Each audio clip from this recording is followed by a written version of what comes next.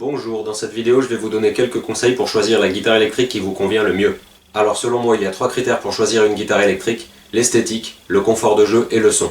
Pour moi le prix n'est pas un critère de sélection, ce n'est pas un objectif, c'est plus une contrainte à laquelle on doit s'adapter.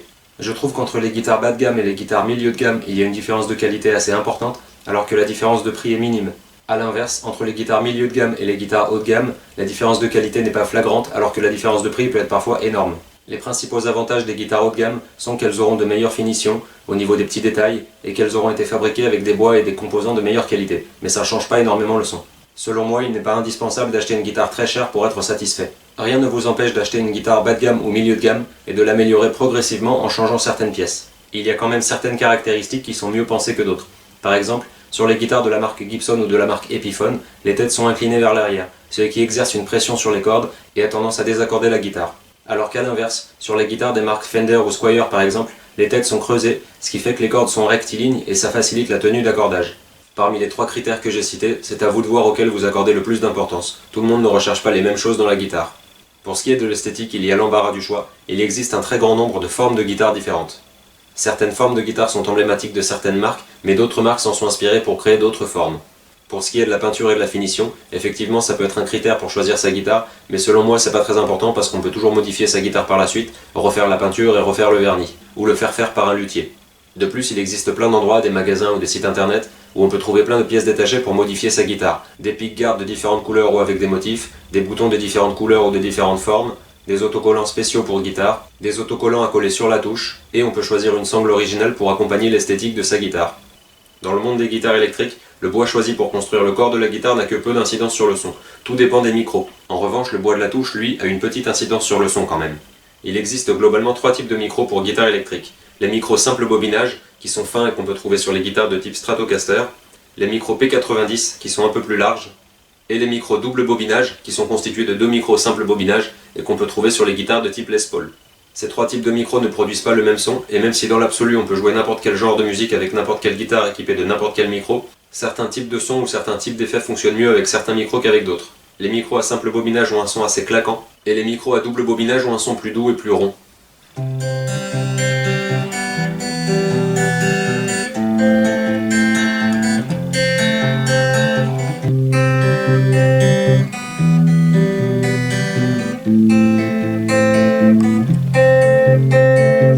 Lorsqu'on utilise des effets un peu bruyants, comme de l'overdrive, de la distorsion ou du fuzz, les micros à simple bobinage ont tendance à générer un bruit parasite.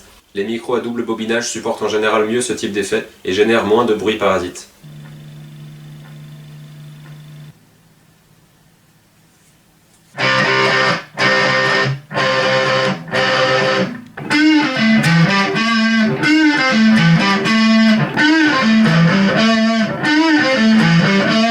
Pour moi, le son d'une guitare n'est pas non plus le critère le plus important, car on peut toujours changer les micros ou les faire changer.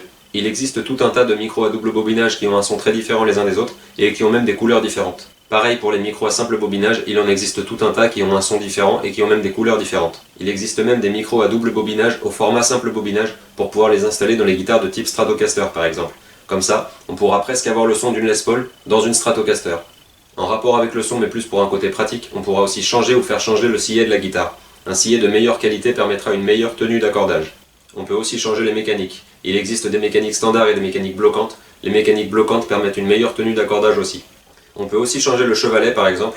Un chevalet de meilleure qualité permettra aussi une meilleure tenue d'accordage. Certaines guitares comme la plupart des Les Paul ont un chevalet fixe, alors que d'autres guitares comme les Stratocaster ont un chevalet qui s'appelle un vibrato et qui permet des effets de jeu.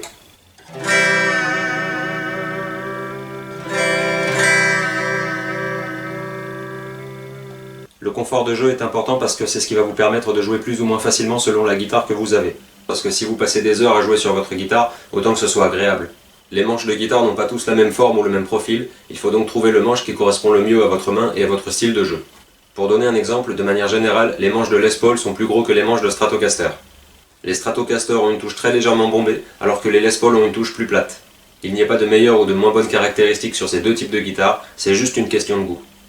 Au niveau du confort de jeu, on peut aussi mentionner le poids des guitares. Les Les Paul sont souvent plus lourdes que les Stratocaster, qui elles sont plus lourdes que les Flying V par exemple. Donc quel que soit le critère auquel vous accordez le plus d'importance, l'esthétique, le son ou le confort de jeu, l'important est de trouver une guitare qui vous plaît et qui vous convient, ce qui vous motivera encore plus pour apprendre à en jouer. A bientôt!